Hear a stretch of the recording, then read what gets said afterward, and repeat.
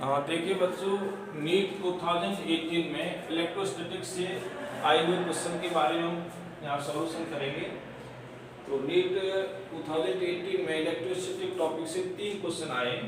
तो पहला क्वेश्चन देखिए, पहला क्वेश्चन देखो बच्चों, electrostatic force between the metal plates of an isolated parallel plate capacitor C having a charge Q and area A। इसमें options लिखे हुए हैं। इलेक्ट्रोस्टैटिक जो फोर्स है between plates is proportional to the square root of the distance between plates, first option. Second, inversely proportional to the distance between the plates, linearly proportional to the distance between the plates, independent of the distance between the plates. तो चार ऑप्शनों में से कौन सा option सही होगा? Force को check करते हैं बिटवीन द प्लेट्स किस तरीके से डिपेंड कर रहा है।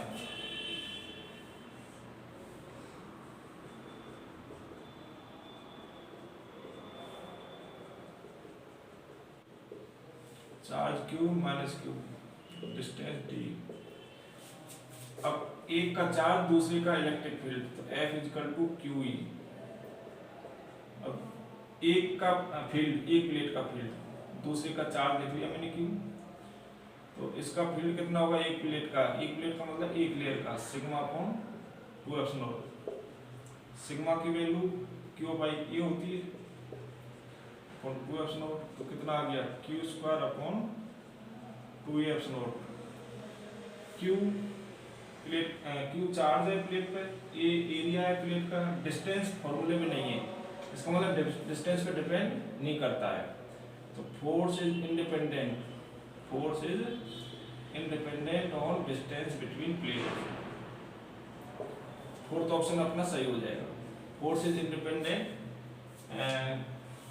Between distance between plate. ये कौन से ऑप्शन में लिखा हुआ है? फोर्थ ऑप्शन में लिखा हुआ है, इसलिए फोर्थ ऑप्शन आपका सही हो जाएगा। इसके बाद अनदर क्वेश्चन 2017 में आया हुआ। मतलब क्वेश्चन में क्या है? एक electron fall from rest through a vertical distance h in a uniform vertical upward electric field.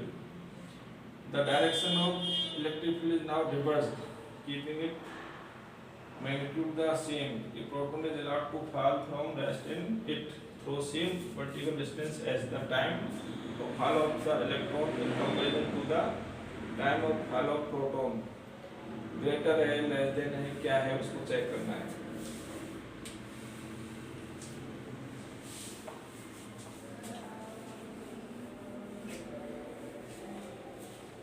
देखिए अनदर क्वेश्चन क्या है? इलेक्ट्रिक फील्ड पहले वर्टिकली अपवर्ड है, इसके अंदर एक इलेक्ट्रॉन है, इलेक्ट्रॉन पर फोर्स लगेगा इलेक्ट्रिक फील्ड की वजह से, इलेक्ट्रिक फील्ड की अपोजिट डायरेक्शन में। तो ये फोर्स लगेगा अपोजिट में, Q इलेक्ट्रॉन का E होता है। अब ये वर्टिकल डिस्टेंस चलता है h फील्ड में, तो टाइम कितना लगेगा? S equal to ut plus r at square. s की जगह पर h, इनिशियल वेलोसिटी 0, a की वैल्यू, एक्सीलरेशन की value, force upon mass, force small e capital E, mass electron का m t स्क्वायर। ये 0 इंटू टी 0 हो गया, ये 2m इधर जाएगा h की तरफ, तो 2m into h upon small e capital E equal to T square. Square हटाएंगे टी से तो under root 2m h upon small e capital. तो time is directly proportional mass के, time is directly proportional mass के, है ना। अच्छा, जब इलेक्ट्रॉन की जगह प्रोटॉन हो जाता है और इलेक्ट्रिक फील्ड की डायरेक्शन रिवर्स कर देते हैं, डाउनवर्ड कर देते हैं, तो प्रोटॉन पर मास, प्रोटॉन का चार्ज प्लस E होता है, मास mp होता है, तो इस पर जो फोर्स लगेगा वो small e capital E downward लगेगा। तो h डिस्टेंस फॉल होने में जो टाइम लगेगा वो सेम सेकंड इक्वेशन के अकॉर्डिंग यही आ जाएगा, लेकिन m की जगह पर mp आ जाएगा। t इक्वल टू आ जाएगा, t डैश मान लेते हैं उसको, तो 2 mph upon small e capital E। तो t dash is directly proportional mp, mass of proton के अंदर उनके। तो बताइए इसमें T me पे डिपेंड है जबकि t डैश mp पे डिपेंड है। तो प्रोटॉन का मास ज्यादा होता है, इलेक्ट्रॉन का मास कम होता है, तो t डैश ग्रेटर होगा किससे, t से। तो h डिस्टेंस फाल करने में जो टाइम होगा वो इलेक्ट्रॉन का कम होगा प्रोटॉन के कंपैरिजन में। तो प्रोटॉन के कंपैरिजन में इलेक्ट्रॉन के लिए टाइम स्मॉलर होगा। तो स्मॉलर वाला जो ऑप्शन है वो हमारा सही हो जाएगा। स्मॉलर वाला ऑप्शन किस में लिखा हुआ है, फोर्थ ऑप्शन में लिखा हुआ है, इसलिए फोर्थ ऑप्शन हमारा सही हो जाएगा। आंसर 4, इलेक्ट्रॉन के लिए टाइम कम लगेगा।